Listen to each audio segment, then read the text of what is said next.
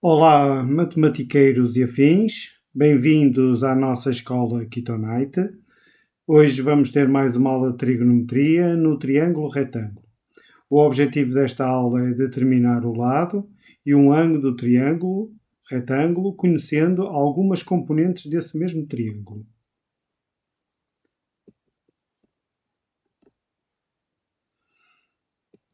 Começamos primeiro por fazer uma revisão de tudo aquilo que já foi visto na primeira aula.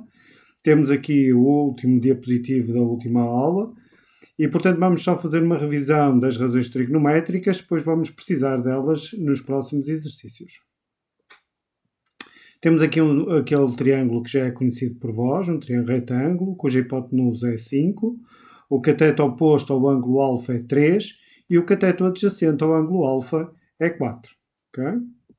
Já sabem que o seno de alfa é igual ao cateto oposto ao ângulo alfa a dividir pela hipotenusa, que neste caso vai ser, muito bem, 3 quintos. Okay? Cateto oposto é 3, hipotenusa é 5.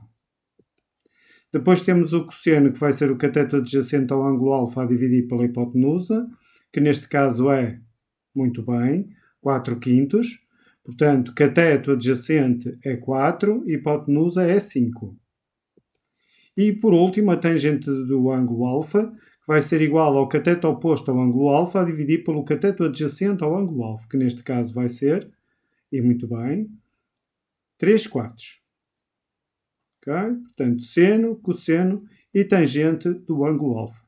Já sabem que são valores constantes, não têm unidade, apesar de em cima estarem em centímetros, mas nunca se esqueçam que estes mesmos valores têm de estar sempre na mesma unidade. Okay? Se tivermos a hipotenusa em centímetros, o cateto oposto vai ter que ser em centímetros, o cateto adjacente a mesma coisa. Tá bem? Se tiverem metros, terá que os outros dois serem em metros. A primeira aplicação que nós queremos fazer na trigonometria num triângulo retângulo é exatamente a determinação de um lado, conhecendo duas componentes de um triângulo. Aqui o exercício que nos é proposto é determinar a altura de uma árvore. Este exercício que nós vamos fazer, ou resolver este problema, pode ser aplicado a qualquer edifício. Vocês podem fazer isto num monumento, numa árvore, numa montanha, naquilo que vocês quiserem, ok? Portanto, aquilo que nós vamos fazer aqui pode ser feito em qualquer situação. Para determinar aquele valor de x, nós podemos fazer de duas maneiras. Ou usamos a matemática, que nós todos já sabemos que é um bicho de 7 cabeças, ou então podemos pegar numa fita métrica e pedir ajuda a alguém para nos segurar na parte do sopé, na parte do chão da árvore, e pegar e subirmos a árvore, irmos até lá em cima e vermos quanto é que ela mede. Só que isso pode custar caro, não é? Podemos cair, podemos nos magoar, e portanto é melhor não fazer isso. Okay? Então nós vamos usar a matemática, que é mais seguro, e vão ver que não é assim nada difícil. Como nós temos conhecido o cateto oposto, o cateto adjacente, e queremos saber o cateto oposto, okay? A razão trigonométrica que relaciona o cateto oposto com o cateto adjacente é exatamente a tangente. Okay? Porque a tangente de um ângulo é igual ao cateto oposto a esse ângulo a dividir pelo cateto adjacente. Neste caso, a tangente de 30 graus vai ser igual ao cateto oposto, que é o x, a dividir pelo cateto adjacente, que é o 4. Já sabem que este x que vamos obter vai ser em metros. Porquê? Porque o 4, que é o cateto adjacente, está em metros. Se olharem para a figura, veem facilmente que está em metros. Está bem? E, portanto, a tangente de 30 é igual a x sobre 4. Como é que nós agora tiramos o valor de x? Podemos olhar isto como uma proporção, e é uma proporção, está bem? E que neste caso o 4, como está a dividir o x, vai passar a multiplicar. E, portanto, nós, para determinarmos o x, basta multiplicar a tangente de 30 por 4. Okay? Mas podem perguntar, mas agora o que é que eu faço? Agora é muito simples. Pego numa calculadora, escrevo tangente, algumas abrem parênteses, nunca se esqueçam sempre de fechar, coloco lá o 30 e depois vezes 4. Nunca se esquecer que a calculadora tem duas funções ou duas rotinas para ângulos ou 3. vocês podem ver numa calculadora que ela tem o DEG, o grade ou o radiano. Não é? Para utilizarmos os graus, temos que pôr no DEG. Porquê? Porque DEG é degree em inglês, está bem? E, portanto, é o nosso grau. O grado, há uns anos atrás, era utilizado. Hoje em dia já não é utilizado, portanto, nem vale a pena falar nele. E o radiano deixamos para anos posteriores, para o 11º ano. Okay? Ao fazer esta multiplicação, a calculadora dá-nos logo o valor final, que obviamente vai ter muitos valores. Nós só precisamos de arredondar às décimas. E, portanto, temos 2,3 metros. Vamos agora somar com 1,5 metros. Porquê 1,5 metros? Porque é exatamente a paralela dos meus olhos ao chão. E como eu quero saber a altura da árvore, porque era exatamente a pergunta que estava em cima, qual é a altura da árvore, nós basta somar os 2,3 com 1,5, temos 3,8. E, portanto, a altura da árvore são 3,8 metros. Como é que agora vocês podem construir um instrumento que vos possa medir ângulos? Não sei se vocês já viram nos descobrimentos portugueses, aquelas rodas que às vezes aparecem na televisão, que parecem rodas de bicicleta. Aquilo era exatamente aquilo que era usado pelos navegadores portugueses para medir ângulos. Está bem? Portanto, e os portugueses com aquilo e com as estrelas, porque no meio do mar só há água e o céu, e portanto eles regulavam-se pelas estrelas e portanto chegavam ao porto seguro e não andavam às voltas no oceano, de maneira que até se podiam perder ou até nunca chegar a casa. Okay? Os portugueses foram muito bons nisso. Ou então, podemos, se formos um pouco mais técnicos, usar aquilo que nós chamamos de um teodolito, que é um instrumento utilizado em engenharia para medir ângulos. Obviamente que isto é um bocado dispendioso, mas também não é assim muito caro, está bem? Se quiserem e acharem interessante, podem andar aí a medir ângulos. O que o teodolito faz é exatamente medir ângulos. Os novos teodolitos até fazem mais do que isso, calculam distâncias também. Não sei se já viram nas estradas dois senhores, um com um tripé e outro com um pau ou com uma estaca. Esse pau está a dar exatamente referências de distâncias que depois o próprio teodolito faz os cálculos todos que precisam. Além de medir os ângulos, faz logo os cálculos todos que eles precisam e é só depois pôr num relatório. Eu penso que eles até fazem mesmo relatórios e tudo. Portanto, aquilo é mesmo um instrumento 5 estrelas. Não é?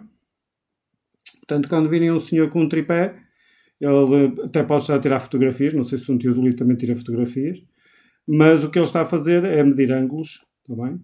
E calcular distâncias, para depois para a construção de estradas, ou prédios, coisas do género, tá bem? Isso já compete aos engenheiros. A segunda parte da nossa aula é exatamente a determinação de um ângulo-alvo. Como é que nós podemos determinar um ângulo-alvo? Reparem que neste triângulo retângulo, e já sabem que um triângulo retângulo tem um ângulo reto, nós só conhecemos dois lados. Conhecemos a hipotenusa e o cateto oposto ao ângulo-alvo. Qual é a razão trigonométrica que nós vamos utilizar? É exatamente o seno. Porquê? Porque o seno de um ângulo é igual ao cateto oposto a dividir pela hipotenusa. Neste caso, 3,2 a dividir por 8,3. Ok, isto é tudo muito bonito, mas agora como é que eu faço para determinar alvo? Muito simples. As calculadoras, e se vocês repararem em cima de cada tecla de seno ou de cada função, seno, cosseno e tangente, existe uma outra função em cima que diz seno menos 1, cosseno menos 1, tangente menos 1. O que é isto? São exatamente as funções inversas do seno, cosseno e tangente. E o que é que elas fazem? Elas desfazem exatamente aquilo que o seno e o cosseno e a tangente fazem. Okay? Portanto, o seno, o cosseno e a tangente calculam um valor correspondente a um ângulo e o que o seno e o cosseno e a tangente fazem é exatamente calcular o ângulo que corresponde exatamente ao valor que vocês têm. Ora, fazendo isto, e tem aqui um exemplo, fazemos seno menos 1, abrir parênteses, nunca se esqueçam dos parênteses, 3,2 a dividir por 8,3, fecha parênteses, e ele vai-me dar exatamente o ângulo correspondente a este mesmo valor. ou 3,2 a dividir por 8,3, que é o cateto oposto a dividir pela hipotenusa. E depois é só fazer o arredondamento que nós quisermos. Neste caso nós arredondamos com uma casa decimal, que é arredondamento às décimas, está bem? Mas podíamos ter arredondado às unidades. Outra maneira de fazer isto é usar uma tabela trigonométrica. Okay? Nos exames nacionais, nas provas finais, que é aquilo que se chama agora, tem lá uma tabela trigonométrica que pode exatamente fazer, olhar para a tabela, portanto ela já está construída, e procurar o valor mais aproximado daquilo que vocês têm, tanto da razão trigonométrica como do ângulo. Ok? Tão simples como isso. Por último, vamos terminar com aquilo que Hiparco fez há bastantes anos atrás. Okay? Foi exatamente a partir do eclipse da Lua determinar a distância da Terra à Lua. Okay? Portanto, ele, mediante os conhecimentos que tinha e que adquiriu e que descobriu, ele foi capaz de fazer uma boa aproximação da distância, ou calcular uma boa aproximação da distância da Terra à Lua. Como é que ele fez isto? Eu já tentei explicar isto no ano, só que eu acho que ninguém percebeu nada, portanto agora também não vou explicar, também não temos tempo para isso, mas vou-vos dizer mais ou menos a ideia que Hiparco utilizou. Portanto, o que é que ele utilizou? Foi exatamente o eclipse da Lua. Ele calculou o tempo que demorou um eclipse da Lua, está bem? Desde que a Lua começou a ficar coberta pela Terra, não é? Pela sombra da Terra, não é? Tapar a luz do Sol, até que se destapou, okay? Que a luz ficou outra vez iluminada pelo Sol. E ele, ao calcular esse tempo e sabia qual era o período de rotação da Lua em torno da Terra, ele calculou exatamente aquele ângulo ali B. Okay? Aquele ângulo B. Que foi exatamente com uma boa aproximação de 1 grau. Okay? 1 grau. O raio da Terra também já era conhecido já do tempo de Eratóstenes. Está bem? Porque ele calculou o perímetro da Terra. Um dia havemos fazer um vídeo sobre isso. Penso que era interessante nós aprendermos um pouco como é que Eratóstenes fez isto. Outro excelente matemático. Fora de série mesmo. Uma coisa top. E, portanto, ele deve ter usado uma coisa parecida com esta que vamos usar agora. Está bem? Nós vamos aqui usar o seno. Porque reparem ali, na Terra existe ali um ângulo reto, que não é bem ângulo reto, mas é uma boa aproximação.